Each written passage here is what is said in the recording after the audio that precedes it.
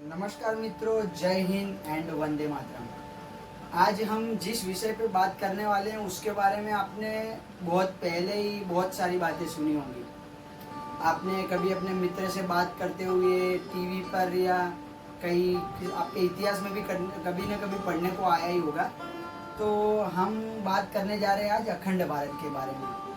अखंड भारत एक ऐसा मुद्दा है जो हिंदुस्तान की आज़ादी से लेकर अब तक का एक सबसे बड़ा राजनीतिक मुद्दा बना हुआ है। चाहे बात करें हम वोट की, चाहे बात करें हम नेताओं की, तो जब भी कभी चुनाव आते हैं तो एक बात पॉइंट पे रखी जाती है, अखंड भारत। कुछ लोगों के बहुत सारे मत होते हैं, कुछ अखंड भारत के साथ होते हैं, कुछ उसके विरुद्ध में होते हैं। लेकिन हम पहले से ब्रीफ में बात करना चाहते हैं कि अखंड भारत है क्या। अखंड भारत यहाँ पे आप देख सकते हो कि यहाँ पे ईरान तो नहीं दिखाई देगा, लेकिन आप समझ लीजिए कि ईरान, अफगानिस्तान, पाकिस्तान, आज का हमारा ये जो समग्र भारतवर्ष है वो नेपाल, भूटान और यहाँ पे म्यांमार और आगे भी थाईलैंड, कंबोडिया, बांग्लादेश, ये सभी कहा जाता है कि एक वक्त एक राष्ट्र अखंड भारत हुआ करते थे। और अखंड भारत के बारे में कई सारे इतिहासकारों ने भी बात की और कई सारे हमारे महानुभाव जैसे कि स्वामी विवेकानंद सरस्वती और दयानंद सरस्वती, वीर सावरकर और यहाँ तक कि नाथूराम गोडसे जिन्होंने गांधी जी की हत्या की थी, उन्होंने तो यहाँ तक भी कहा था कि सिंधु नदी जो पीओके से निकलकर, जो पाकिस्तान ऑक्यूपाइड कश्मीर है यहाँ पे, तो सिंधु नदी जो यहाँ पीओके से निकलकर पाकिस्तान में जाती है, तो जब इसका विलय हिंदुस्तान में हो जाए तब मेरी अस्थियों को तुम विसर्जित करना है। ऐसा उनकी पुस्तक, नाथूराम गोडसे की पुस्तक में भी एक ऐसा बयान है जिसमें वो ये कहते हैं कि जब कभी भी ये नदी हिंदुस्तान में आ जाए, यानी कि ये पूरा भाग जो पाकिस्तान 1947 में अलग हुआ था, ये जब हिंदुस्तान में आ जाए तब इस नदी में मेरी अस्थियों का विसर्जन करना। और आरएसएस के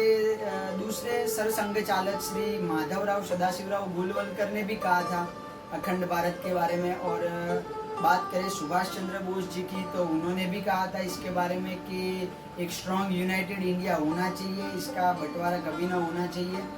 और अगर आज की बात करें तो अभी अभी हिंदुस्तान के नए संसद भवन का उद्घाटन हुआ है नरेंद्र मोदी जी के हाथ से, तो वहाँ पर भी एक छवि लगाई गई है जिसमें ये जो हिस्सा है नेपाल का और भूटान, बांग्लादेश और पाकिस्तान, जो यहाँ पे प्राचीन तक्षशिला हुआ करता था, वो सारा का सारा हिस्सा वो हिंदुस्तान के उस अखंड भारत जैसे नक्शे में दिखाया गया है।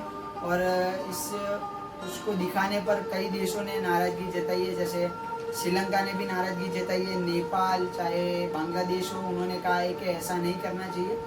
तो बहुत सारी भ्रांति की बातें इस पर निकल कर आती है कि अखंड भारत है, उसको बनाना होगा, ये वो। लेकिन हम आज बात करने जा रहे हैं वो तद्दन अलग विषय है। हम इस पर बात नहीं करेंगे कि कैसे अखंड भारत बनेगा या कैसे लोगों ने इसकी कल्पना की है, लेकिन हम आज की परिस्थिति के हिसाब से बात करना चाहेंगे कि अखंड भारत क्या हमारी प्राथमिकता होना चाहिए। हम इस बारे में बात करेंगे कि क्या अभी अखंड भारत की आवश्यकता है या नहीं। जैसे कि मैं आपको बताना चाहता हूँ कि अभी अभी केरल में एक संगठन आया था, ये आप देख रहे हो यहाँ पे केरल, आपको पता ही होगा ये हिंदुस्तान के दक्षिणी क्षेत्र का एक राज्य है। वहाँ पर एक संगठन आया था जिसका नाम था PFI यानी पॉपुलर फ्रंट ऑफ इंडिया। तो उसने बाकायदा अपना एक संविधान अलग बनाया था जो हिंदुस्तान के संविधान के विपरीत था। और उनका कहना ये था कि हम हिंदुस्तान को एक अलग टुकड़े करके इसका देश घोषित करना चाहेंगे। दूसरी बात कि यहाँ पे अभी मणिपुर में जो हिंसा हुई, मणिपुर पिछले 2 महीने से जल रहा है। यहाँ पे नागा और कुकी जो समुदाय है उनके बीच में झड़प हो रही है। फिर अगर हम बात करें पश्चिम बंगाल की, तो यहाँ पे तो मतपेटियाँ जलाई जा रही है। यहाँ पे कहा जाता है कि ठीक तरीके से चुनाव नहीं हो रहे। मध्य प्रदेश की हम बात करें तो पेशाब कांड आता है जिसमें एक ब्राह्मण युवक एक दलित पे पेशाब करता है। और अगर हम बात करें कि दिल्ली की, तो वहाँ पे दिल्ली में एक शाहीन बाग करके जगह है, वहाँ पे NRC CAA के मुद्दे पर बहुत बड़ा प्रोटेस्ट हुआ था। उसके बाद में एक सरजील इमाम करके व्यक्ति ने एक बयान दिया था कि हम चिकन स्नैक को अलग कर देंगे। अब मैं आपको बताना चाहता हूँ कि चिकन स्नैक क्या है। ये देखिए आप, पश्चिम बंगाल का ये वो क्षेत्र है, आप यहाँ पे दिख रहा होगा पश्चिम बंगाल का ये क्षेत्र, इसको सिलीगुड़ी कॉरिडोर कहते हैं। इसकी लंबाई सिर्फ और सिर्फ 22 किलोमीटर कही जाती है। तो जो हिंदुस्तान को टुकड़े टुकड़े करना चाहते हैं, उनका ये कहना है कि हम इस हिस्से को तोड़कर पूरे पूर्वी भारत यानी असम, मणिपुर में, मेघालय, अरुणाचल प्रदेश, इस सबको अलग कर देंगे। तो आप यहाँ पे देख सकते हो कि हिंदुस्तान में अभी भी हम जहाँ पे रहते हैं वहाँ पर भी शांति स्थापित नहीं हुई।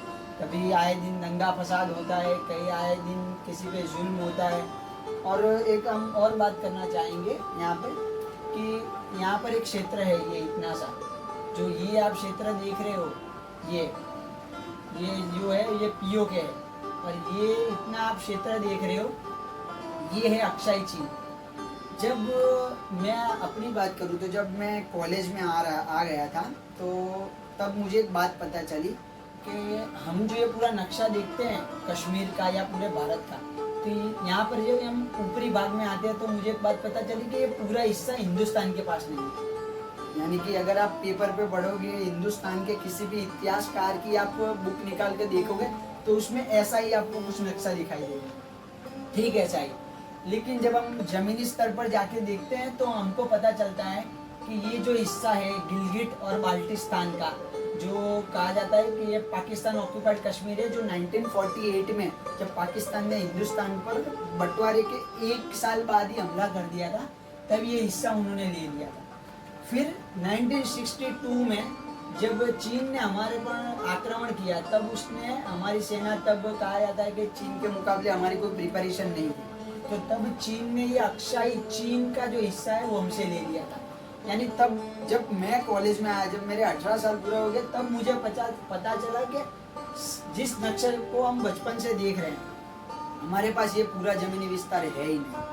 तो अब अक्साई चीन और कश्मीर पर हम एक डीप में भी वीडियो बनाएंगे, लेकिन अब हम बात करते हैं बाकी सारे हिस्सों की। तो जैसे मैंने आपको समझाया, चाहे मणिपुर हो, चाहे कोई भी हिंदुस्तान का हिस्सा हो, पश्चिम बंगाल हो, केरल हो, मध्य में भी बात करें तो कहा जाता है कि कहीं ना कहीं हमारे देश में कभी ना कभी हर समय अशांति फैली रहती हुई है किसी भी बात पर।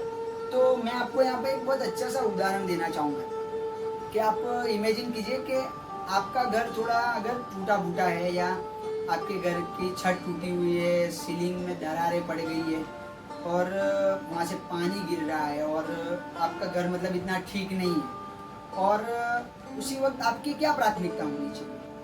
आपकी ये प्राथमिकता होनी चाहिए कि आप उस घर को रिपेयर करवाए, उसको अच्छी से स्ट्रक्चर करवाए, उसका मरम्मत करवाए, या फिर आपकी ये प्राथमिकता होनी चाहिए कि आप किसी दूसरे के घर के ऊपर नज़र डालें कि मैं ये भी ले लूँ। मेरे ख्याल से बुद्धिमान व्यक्ति का यही मत होगा कि पहले अपने पास जो है हमको वो सुरक्षित करना है। यानी कि मैं पहले अपने घर को सुरक्षित कराऊंगा, जहाँ से पानी टपक रहा है, जहाँ से दीवारें में दरार पड़ेगी, वो पहले मैं भरवाऊंगा।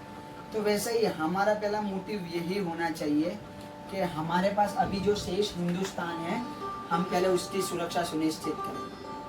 हमारे पास जो है आज जो भी है, पहले तो कहा जाता था कि अलग अलग समय पर अंग्रेजों ने हमारे बहुत सारे हिस्से कर दिए, हमको धर्म जातियों में बांट दिया, ये सब अंग्रेजों की ही करामत है। तो मैं कहना चाहता हूँ कि अभी हिंदुस्तान के पास जो भी नक्शा है, जो भी हमारे पास शेष, चाहे कश्मीर से लेकर कन्याकुमारी, गुजरात से लेकर अरुणाचल प्रदेश तक जो भी हमारे पास हिस्सा है, हमें पहले उसकी सुरक्षा सुनिश्चित करनी चाहिए। फिर हम इसके बारे में सोच सकते हैं, अखंड भारत के बारे में सोच सकते हैं।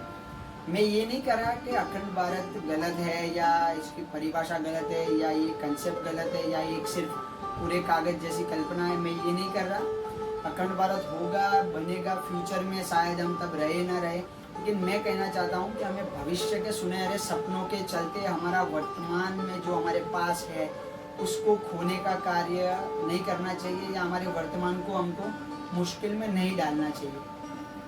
और दूसरी एक बात कि आप एक बात गौर कर सकते हो कि जब भी कभी हिंदुस्तान में ऐसी कोई बात आती है तो धर्म जाति को सबसे पहला मुद्दा बनाया जाता है। तो मैं एक ही बात कहना चाहूँगा कि धर्म जाति संप्रदाय से ऊपर उठकर आप ये देखिए कि पहले आप एक भारतीय हैं, और जब कभी भी हिंदुस्तान पर कोई भी ऐसा हमला होगा तो आपको आपका धर्म देखकर या जाति देखकर नहीं, आपको एक हिंदुस्तानी देखकर ट्रीट किया जाएगा। तो आप ये सोचिए कि मैं पहले भारतीय हूँ, मैं पहले हिंदुस्तानी हूँ, और ऐसे ऐसे लोगों को आप याद कीजिए जिन्होंने हिंदुस्तान के लिए जान दी है, कि हिंदुस्तान के लिए जान देने के लिए अशफाकुल्ला खान भी थे, भगत सिंह भी थे, चंद्रशेखर आज़ाद भी थे। इसमें से आप ये कहोगे कि ये एक मुसलमान था, ये एक ब्राह्मण था या एक पंजाबी था, आप सिर्फ इतना ही कहोगे कि ये सब एक भारतीय थे। तो हमको पहले इतना सुनिश्चित करना चाहिए कि हमारा जो घर है वो सुरक्षित रहना चाहिए, ना कि हमें किसी दूसरों के ऊपर नज़र डालनी चाहिए।